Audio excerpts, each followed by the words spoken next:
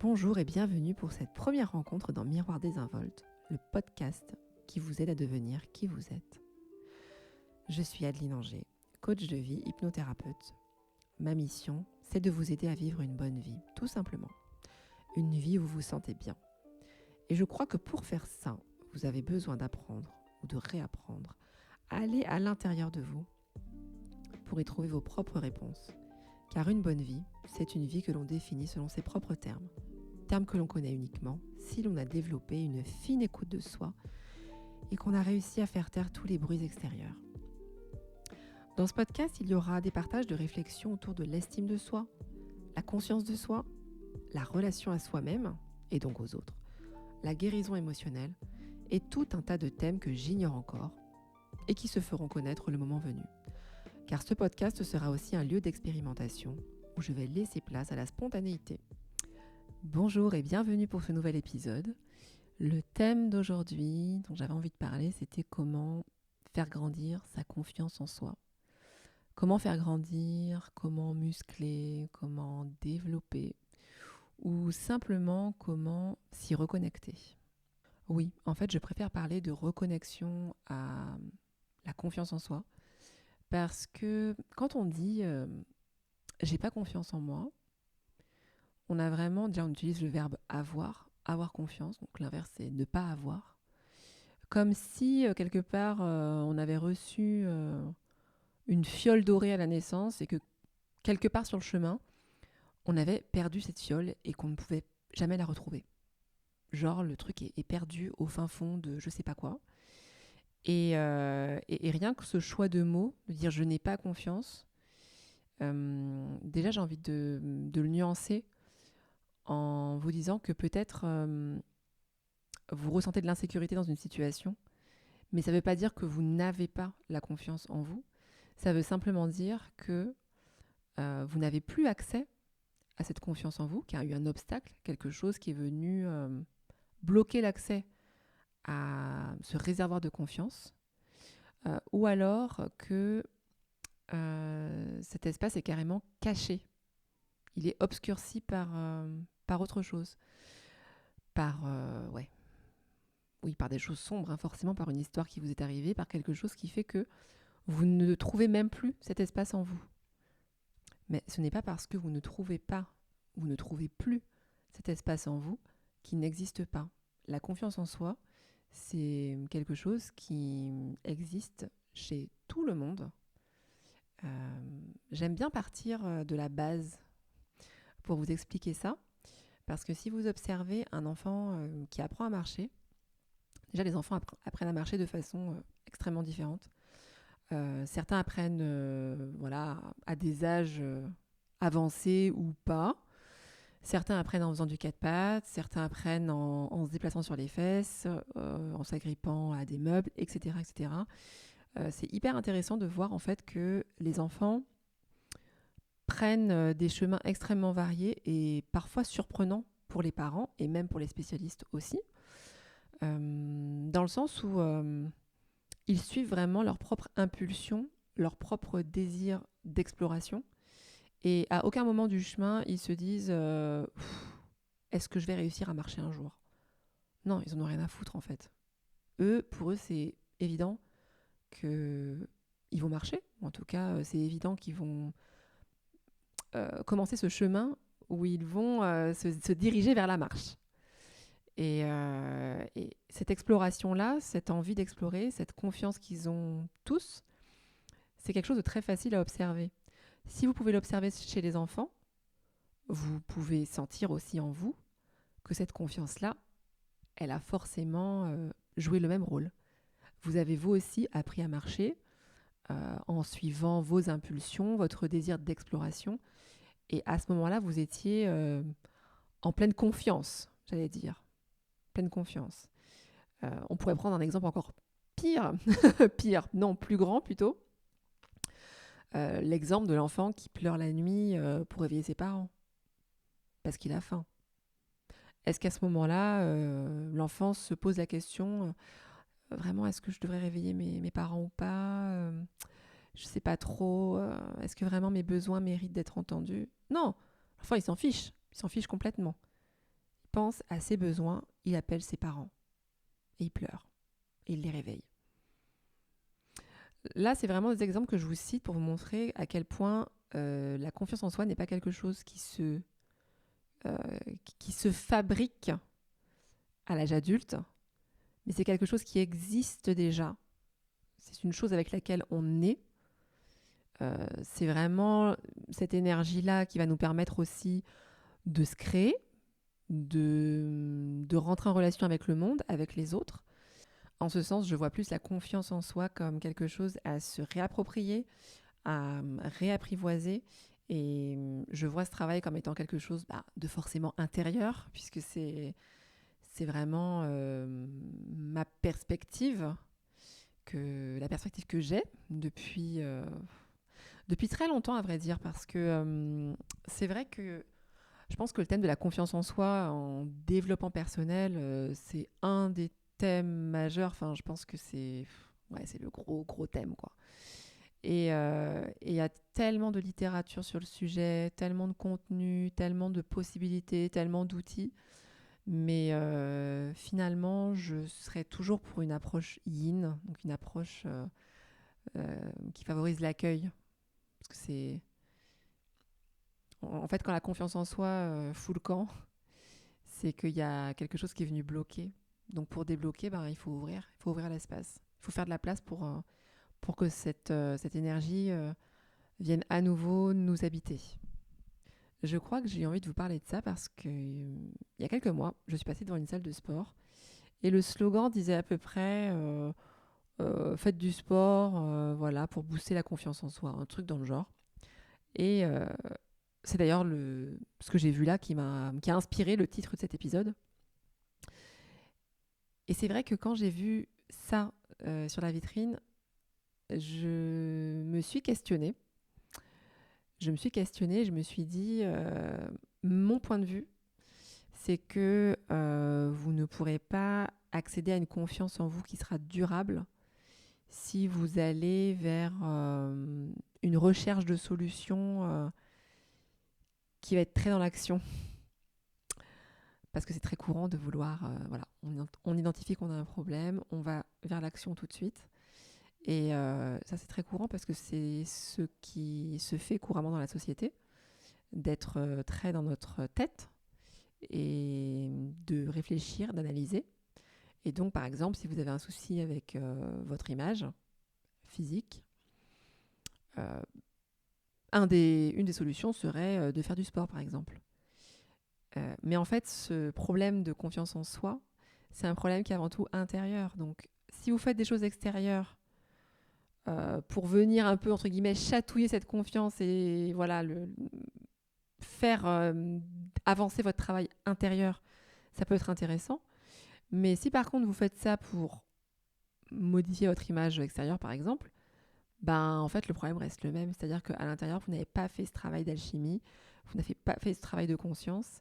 Et il y a des chances que ce scénario de manque de confiance en votre image se répète. Et bien sûr, un travail de transformation de soi, c'est un travail où on n'a pas envie que des vieux schémas reviennent sans cesse. En tout cas, personnellement, la flemme. Vraiment, j'ai la flemme, moi, de travailler comme ça. J'ai pas du tout envie de travailler en surface et de me lancer comme un hamster dans une roue dans des petites actions extérieures qui vont m'apporter simplement mon shot d'adrénaline et qui vont me faire penser que j'ai réussi à atteindre quelque chose, alors qu'en fait, intérieurement, dans mes entrailles, dans mes tripes, il s'est pas passé grand-chose. Parce que ce qu'on veut essayer de transformer, c'est vraiment qui nous sommes à l'intérieur. Quand je pars comme ça dans des paroles étranges, j'ai quand même une petite voix à l'arrière-plan qui me dit mais est-ce que tu t'es pas embarqué un peu trop loin? Est-ce que c'est pas un peu bizarre ce que tu racontes? Mais bon, écoutez, j'ai dit ce que j'avais à dire. Après, si c'est un peu nébuleux, c'est pas grave. C'est pas grave, les mots sont quand même arrivés quelque part en vous.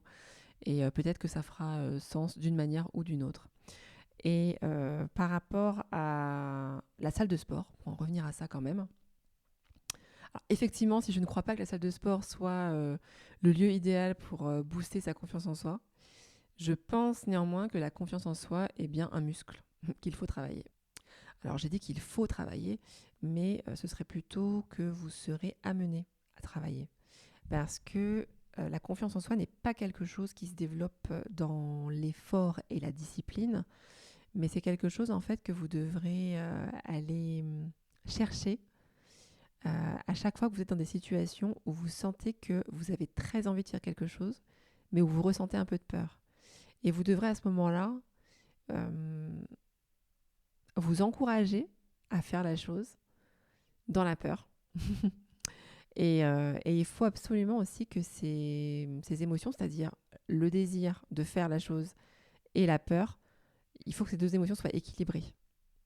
Parce que s'il y a trop de peur, ça veut dire que vous allez devoir trop vous stresser pour faire la chose.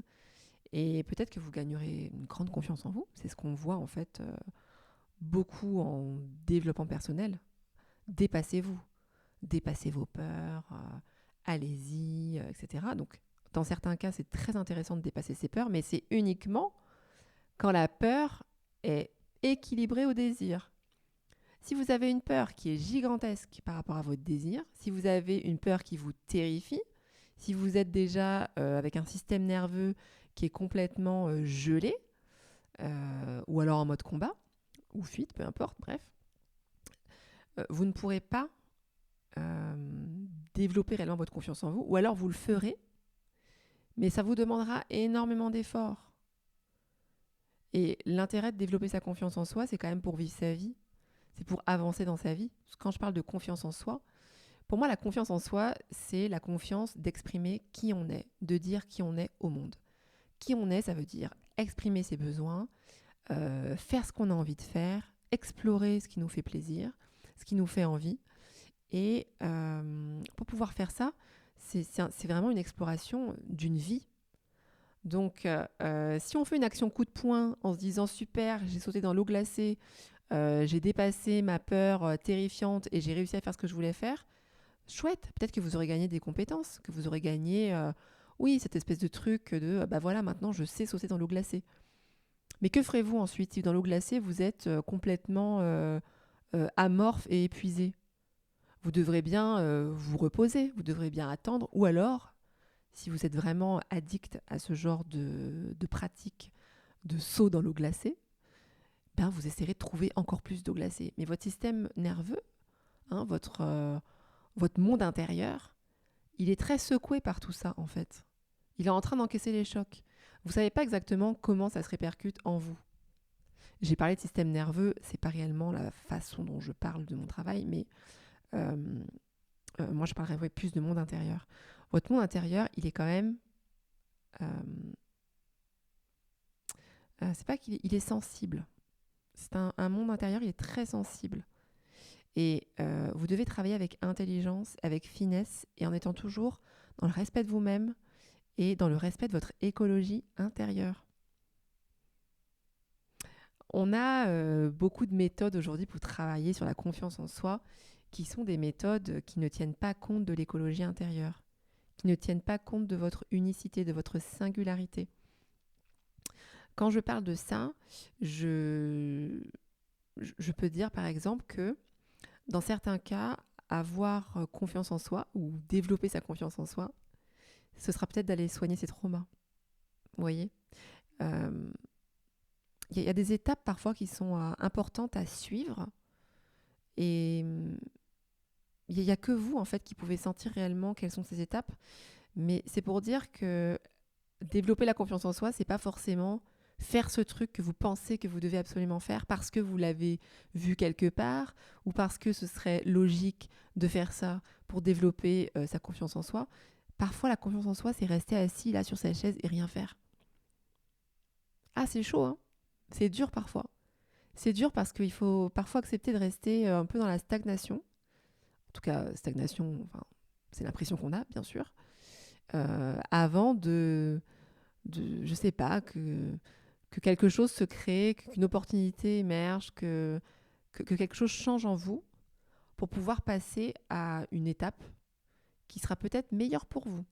plus écologique pour vous, plus respectueuse de qui vous êtes. Et si je reviens à l'image du petit enfant qui apprend à marcher, l'enfant qui apprend à marcher, il n'est pas certain, quand il va se lever par exemple, qu'il va réussir à marcher. Au début, il se lève et il tombe. Puis ça fait mal. Puis bon, parfois, il ne recommence pas tout de suite. Il laisse passer du temps, il passe à autre chose.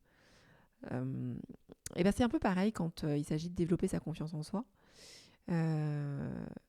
Vous avez vraiment cet équilibre parfait entre le désir de faire et une espèce d'inconnu à côté, d'insécurité, on pourrait presque dire, mais finalement, c'est pas l'insécurité, c'est juste je ne sais pas. Je ne sais pas si je vais y arriver, mais je vais continuer l'exploration.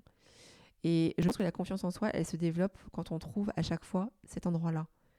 Parce que la confiance en soi, c'est pas du tout être dans une certitude que les choses vont fonctionner. Ah, moi j'ai confiance en moi, je sais que voilà.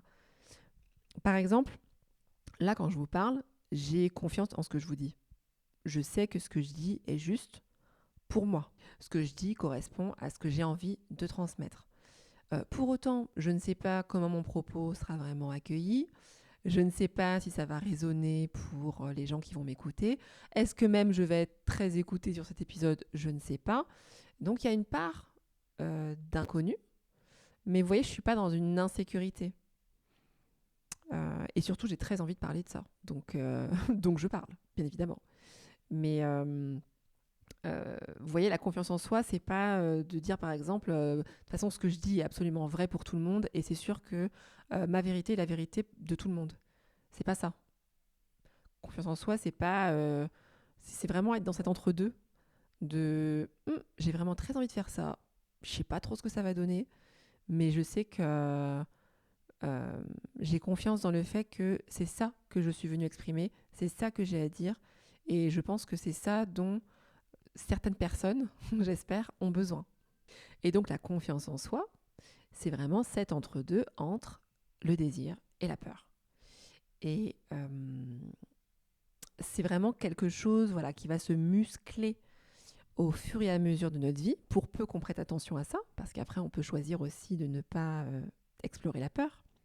C'est ce que font les personnes qui restent en zone de confort. Elles n'explorent pas la peur et du coup elles restent dans quelque chose où la croissance ne se fait plus. Donc si vous êtes dans cette... si vous restez en zone de confort comme ça, vous ne musclez pas non plus votre confiance en vous. La confiance en soi, elle se muscle uniquement quand on sort de la zone de confort et quand on sort juste après. C'est quelque chose de très progressif qui se développe, comme un muscle. Et donc si vous m'avez suivi, c'est un muscle qui s'atrophie si vous restez dans votre zone de confort. Donc si vous n'allez jamais au contact de votre peur, vous restez dans une zone de confort où vous êtes peut-être heureux après tout, mais c'est une zone dans laquelle il n'y a pas de croissance. Vous ne grandissez plus intérieurement. Bon, extérieurement, je pense que vous ne grandissez plus non plus, mais bref, nous parlons de travail intérieur. Et vous ne grandissez plus à l'intérieur. Donc, si vous n'allez pas vers cette peur-là, vous ne vous étendez plus, vous ne vous étirez plus. Et donc, la confiance en soi ne grandit pas non plus. J'en profite d'ailleurs pour adresser un message spécial aux personnes qui restent dans leur zone de confort, mais qui aimeraient en sortir. Donc, je mets de côté les personnes qui ne s'intéressent tout simplement pas au développement personnel. Bon, je ne pense pas du coup que vous écoutiez ce podcast, mais si toutefois c'était le cas, n'écoutez plus, tout simplement. Si ça ne vous intéresse pas, n'écoutez pas. Mais donc, pour les personnes qui ont la sensation qu'elles ont envie de faire ou de dire quelque chose qu'elles n'osent pas faire, ou qu'elles n'osent pas dire, et qui se sentent un peu coupables en fait de rester dans cette zone de confort parce que parce qu'elles sentent qu'elles devraient en sortir, ou parce qu'elles voient aussi autour d'elles des messages disant que il faut sortir de sa zone de confort, c'est super important, sinon vous allez rester là stagné, vous n'allez pas grandir, etc., etc. Je veux vous dire une chose, ce n'est pas grave si vous restez dans votre zone de confort, le temps que vous avez besoin de rester dedans. Je veux vous dire aussi que si vous restez dans cette zone de confort, c'est peut-être que vous n'avez pas encore entendu ou reçu les paroles qui vous donneraient vraiment l'impulsion d'en sortir ou le déclic pour en sortir. Je sais aussi que ça peut être très frustrant quelque part de sentir qu'on a quelque chose comme ça qui doit être dit ou qui doit être fait, mais qu'on n'arrive pas à sortir de soi. Mais pour autant, je mettrai toujours en premier l'importance du timing et l'importance de se sentir prêt. Même si j'ai lu énormément de choses disant voilà, vous devez agir avant d'être prêt, vous devez avancer, etc., avant de vraiment sentir que c'est le bon moment pour vous. En réalité, je ne crois pas à ça. Je crois vraiment que tant qu'on reste dans sa zone de confort, c'est qu'il manque quelque chose. Il y a quelque chose qu'on a besoin d'expérimenter, peut-être plus d'ennui, peut-être plus de stagnation, pour pouvoir ensuite avoir vraiment cette impulsion de dire hop, je fais la chose ou je me dirige dans la direction dont j'ai vraiment besoin. Mais je veux surtout vous dire de ne pas vous culpabiliser et surtout de ne pas vous mettre la pression, parce que c'est quelque chose que l'on peut faire, surtout si on a une petite partie un peu perfectionniste en soi, ou alors une partie qui est un peu sévère avec soi-même. Les personnes qui ont ce genre de facettes vont très facilement, elles vont réussir à s'observer, de manière assez juste d'ailleurs, mais elles vont manquer une partie du big picture, j'allais dire, de la vue d'ensemble, la vision globale, et elles vont donc s'attacher à une partie du problème. Et elles vont vouloir se lancer dans quelque chose à tout prix, limite à se forcer, etc., ou à se culpabiliser. Et je pense vraiment que vous pourriez arrêter, en fait. Vous pourriez juste vraiment vous asseoir et attendre le bon moment. Quand vous regardez bien, encore une fois, les enfants, quand ils apprennent à marcher, en fait, ils se foutent pas la pression, hein. Ou alors, ils le cachent très très bien, je sais pas. Faudrait peut-être leur demander. Mais pour moi, respecter son timing, c'est se respecter. Et de toute façon, toutes les émotions comme ça un peu lourdes, enfin toutes les impulsions à vouloir contrôler, agir malgré soi, ne pas s'écouter, ce sont vraiment des choses qui vont venir, une fois de plus, se poser en obstacle entre vous et votre confiance en vous. Donc, tout est toujours dans l'équilibre et la justesse, et puis dans la douceur. La douceur et dans la capacité aussi à se pardonner parce que sur ce chemin, vous allez faire grandir votre confiance ou accéder plus facilement à votre confiance en vous. Vous allez aussi faire des erreurs. Et ces erreurs, c'est ce qu'on appelle a fortiori des apprentissages. Donc vous allez apprendre des choses sur vous. Et parfois, ça peut être un peu douloureux, voire très douloureux. Et ce sera super important en fait alors peut-être pas sur le coup, mais en tout cas de nourrir même dans ces moments d'apprentissage un peu douloureux, de nourrir une certaine douceur envers vous-même, euh, de muscler aussi votre résilience. C'est ça en fait, muscler votre résilience, d'accepter vos erreurs. Alors je vous dis ça comme si j'étais hyper apaisée, mais en fait je pense que c'est pour ma part une des choses les plus difficiles que j'ai eu à faire, même si j'arrive aujourd'hui à vraiment voir ces erreurs comme des apprentissages. Mais je pense que ça mériterait un autre podcast, ça, sur la sensation d'avoir perdu du temps, la perte de temps. Ça, c'est quelque chose, je pense que c'est une des sensations que j'ai le plus autour de la confiance en soi. Alors c'est très bizarre parce que du coup je vous donne pas de contexte, je vous explique pas vraiment de quoi il s'agit, mais en gros je peux vous dire que j'ai fait des erreurs dans ma vie qui m'ont coûté du temps ou des années, mais je pense qu'en fait ce sera un vrai sujet parce qu'on est dans une société où tout va très vite et moi j'ai un vrai timing d'éléphant, mais en fait quand je marche du coup, mais il me faut du temps et c'est pas de la lenteur paresse ou c'est une lenteur qui est nécessaire en fait.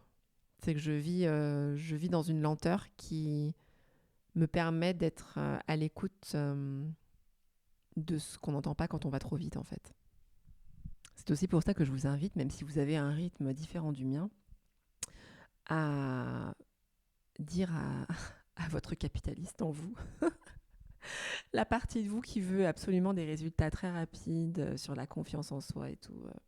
Bon, déjà, vous pourrez dire à votre capitaliste d'aller voir sur Google, de taper comment avoir confiance en soi. Je pense que les premiers résultats doivent être croustilles-chauds. Ça doit être des petites pépites d'exercices à faire et qui vous permettront d'obtenir une sensation de réussite assez rapide. Mais effectivement, votre capitaliste ne va pas être très content avec ce que je lui propose de faire. Et c'est tant mieux, c'est normal en fait. Parce que cette partie capitaliste qui est en vous, qui est cette partie qui veut s'assurer que ce qu'elle fait génère des résultats vérifiables, quantifiables, vous devrez à un moment lui apprendre ou lui réapprendre que ce qui se passe en vous, c'est un peu ce qui se passe dans un jardin, dans un très beau jardin sauvage où les plantes poussent de façon un peu anarchique et un peu étrange. Vous ne savez pas exactement comment les plantes s'appellent, vous ne savez même pas de quoi elles ont exactement besoin, mais vous savez juste que chaque plante a l'air de bien pousser à côté de l'autre et qu'il y a des arbres qui donnent des fruits et d'autres qui ne donnent pas de fruits et que même des arbres, vous ne savez pas trop ce que c'est, quoi, vous n'avez jamais vu. Mais pour autant, tout ce petit monde cohabite, tout ce petit monde fonctionne sans que vraiment vous sachiez comment et sans que vous en compreniez les règles. Et c'est très important en fait dans l'approche que j'ai, dans la vision du monde que j'ai, même que je vous transmets du coup, que je vous partage, parce que bon, peut-être que vous ne voudrez pas accueillir ça, mais il y a cette vision vraiment de respecter votre fonctionnement intérieur, même si vous ne comprenez pas tout ce qui se passe dedans, parce qu'il agit avec une intelligence qui est très subtile et qui sans doute dépasse l'intelligence du capitaliste. Qui n'est pas un mauvais gars, c'est pas un mauvais gars le capitaliste, mais c'est juste que parfois il pense qu'il doit faire un travail, mais qui n'est pas son travail. Et comprendre les lois du jardin sauvage, parfois il essaye avec ses moyens, mais il y a des règles qu'il ne connaît pas, il y a des logiques qu'il ne connaît pas, il y a tout un monde qu'il ignore. Et malheureusement, il manque un peu d'humilité parfois, mais c'est pas grave. On lui apprendra, vous lui apprendrez à ce capitaliste à faire son travail, à faire ce qu'il sait faire encore mieux et à accueillir un peu plus facilement l'inconnu. Car avoir confiance en soi, ça demande aussi d'avoir confiance en la vie, confiance en une énergie qui nous dépasse un peu et confiance aussi dans le fait que peu importe le chemin que vous empruntez, il y aura toujours quelque chose de bon pour vous sur la route. Alors vous mettez ce que vous voulez derrière bon, parce que parfois derrière bon, il y a aussi des apprentissages qui peuvent être douloureux. Mais en tous les cas, il y a toujours quelque chose qui va vous permettre de continuer le chemin. Et en ce sens, la confiance en soi, c'est pas uniquement le fait d'avoir confiance en sa capacité à contrôler sa vie ou à maîtriser sa vie. La confiance en soi, c'est au contraire le fait de se dire je contrôle ce que je peux contrôler, je laisse une autre partie à la vie, on va dire, et j'ai la foi en fait que quelque chose de bon m'arrivera. Merci d'avoir écouté cet épisode de Miroir désinvolte. Pour transformer votre vie et alchimiser vos blocages en force, découvrez mon travail de coach sur adelineanger.com. Envoyez-moi un message personnel ou réservez directement une séance de coaching individuel en ligne, où que vous soyez dans le monde. Si vous avez aimé cet épisode, abonnez-vous au podcast Miroir désinvolte et aidez-moi à le faire connaître en laissant des commentaires et des étoiles. Et surtout, si ce podcast vous donne envie de vivre une vie qui a du sens et qui prend racine en l'être que vous êtes véritablement, je suis là pour vous écouter et vous accompagner. À bientôt.